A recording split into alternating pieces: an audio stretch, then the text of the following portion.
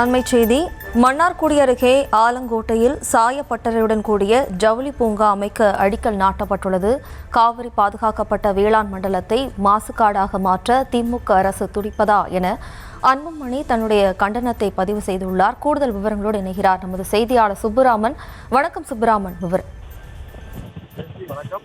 திருவாரூர் மாவட்டம் மன்னார்குடியை அடுத்த ஆலங்கோட்டை கிராமத்தில் சாயப்பட்டறை மற்றும் ஜவுளி பூங்கா அமைக்க திமுக அரசு அடிக்கல் நாட்டியிருக்கிறது என்று பாமக தலைவர் அன்புமணி ராமதாஸ் கண்டனம் தெரிவித்திருக்கிறார். குறிப்பாக திருவாரூர் மாவட்டம் மன்னார்குடியை அடுத்த ஆலங்கோட்டை கிராமத்தில் சாயப்பட்டறையுடன் கூடிய ஜவுளி பூங்கா அமைக்க அடிக்கல் நாட்டப்பட்டிருக்கிறது. அப்பகுதி மக்கள் புலவர்களும் கடும் எதிர்ப்பு தெரிவித்துள்ளனர். வேளாண்மைக்கும் சுற்றுச்சூழலுக்கும் பெருங்கேட்டை ஏற்படுத்தும் என்பதை அறிந்து காவேரி பாசன மாவட்டங்களில் சாயப்பட்டறையுடன் கூடிய ஜவுளி பூங்கா அமைப்பது கண்டிக்கத்தக்கது.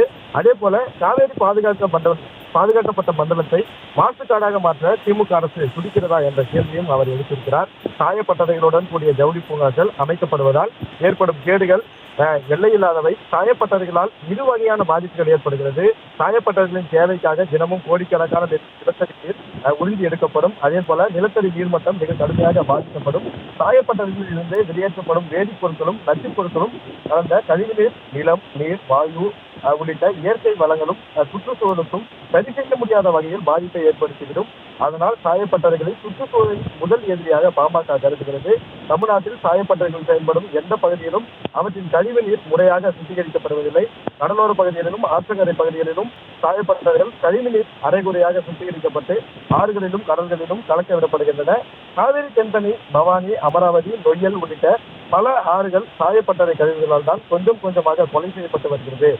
அந்த வகையில் தான் திருவாரூர் மாவட்டம் மன்னார்குடி பகுதியில் அமைக்கப்படக்கூடிய இந்த ஜவுளி பூங்காவுடன் கூடிய சாயப்பட்டறைகள் கடும் பாதிப்புகளை ஏற்படுத்தக்கூடும். திருவாரூர் மாவட்டத்தில் வேளாண்மைக்கும் சுற்றுச்சூழலுக்கும் சரி செய்ய முடியாத அளவிற்கு மிக மோசமான பாதிப்புகள் ஏற்படக்கூடும்.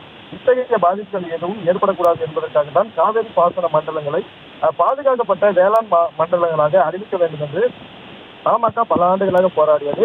அதன் பயனாகத்தான் முந்தைய ஆட்சியில் காவிரி பாசன மாவட்டங்களை பாதுகாக்கப்பட்ட வேளாண் மண்டலமாக அப்போதைய முதலமைச்சர் எடப்பாடி பழனிசாமி அறிவித்தார். அரும்பாடுபட்டு காவிரி பாதுகாக்கப்பட்ட வேளாண் மண்டலம் அமைக்கப்பட்டதன் நோக்கத்தை திமுக அரசு செலுத்திவிடக்கூடாது. காவேரி பாதுகாக்கப்பட்ட வேளாண் மண்டலமாக அறிவிக்கப்பட்ட பகுதிகளில் வேளாண்மை சார்ந்த தொழில்களை அமைப்பதற்கு எந்த தடையும் கிடையாது. ஆனால் அதற்கான எந்த முயற்சியும் கடந்த 5 ஆண்டுகளில் திமுக அரசு செய்யவில்லை. அதை விடுத்து வேலை வாய்ப்பை ஏற்படுத்துகிறோம் என்ற பெயரில் வேளாண்மைக்கு வேட்டு வைக்கும் சாயப்பட்டறைகளை அமைப்பதை அனுமதிக்க முடியாது. மக்களுக்கு எந்த வகையிலும் பயனற்ற பாதிப்பை மட்டுமே ஏற்படுத்தக்கூடிய சாயப்பட்டறைகள் கூடிய ஜவுளி பூங்காவை ஆலங்கோட்டை கிராமத்தில் அமைக்கும் முடிவை திமுக அரசு கைவிட வேண்டும் என்று அன்புமணி ராமதாஸ் அந்த அறிக்கையில் குறிப்பிட்டிருக்கார். குறிப்பாக அவர் குறிப்பிடுவது பாதுகாக்கப்பட்ட வேளாண் மண்டலம் என்று திருவாரூர் மாவட்டம் அறிவிக்கப்பட்டிருக்கூடிய நிலையில் அங்கு சாயப்பட்டறைகள் அமைப்பது கண்டிக்கத்தக்கது என்று தனது கடும் கண்டனத்தை திமுக அரசுக்கு தெரிவித்திருக்கிறார். விவரங்களுக்கு நன்றி சுப்புராமன்.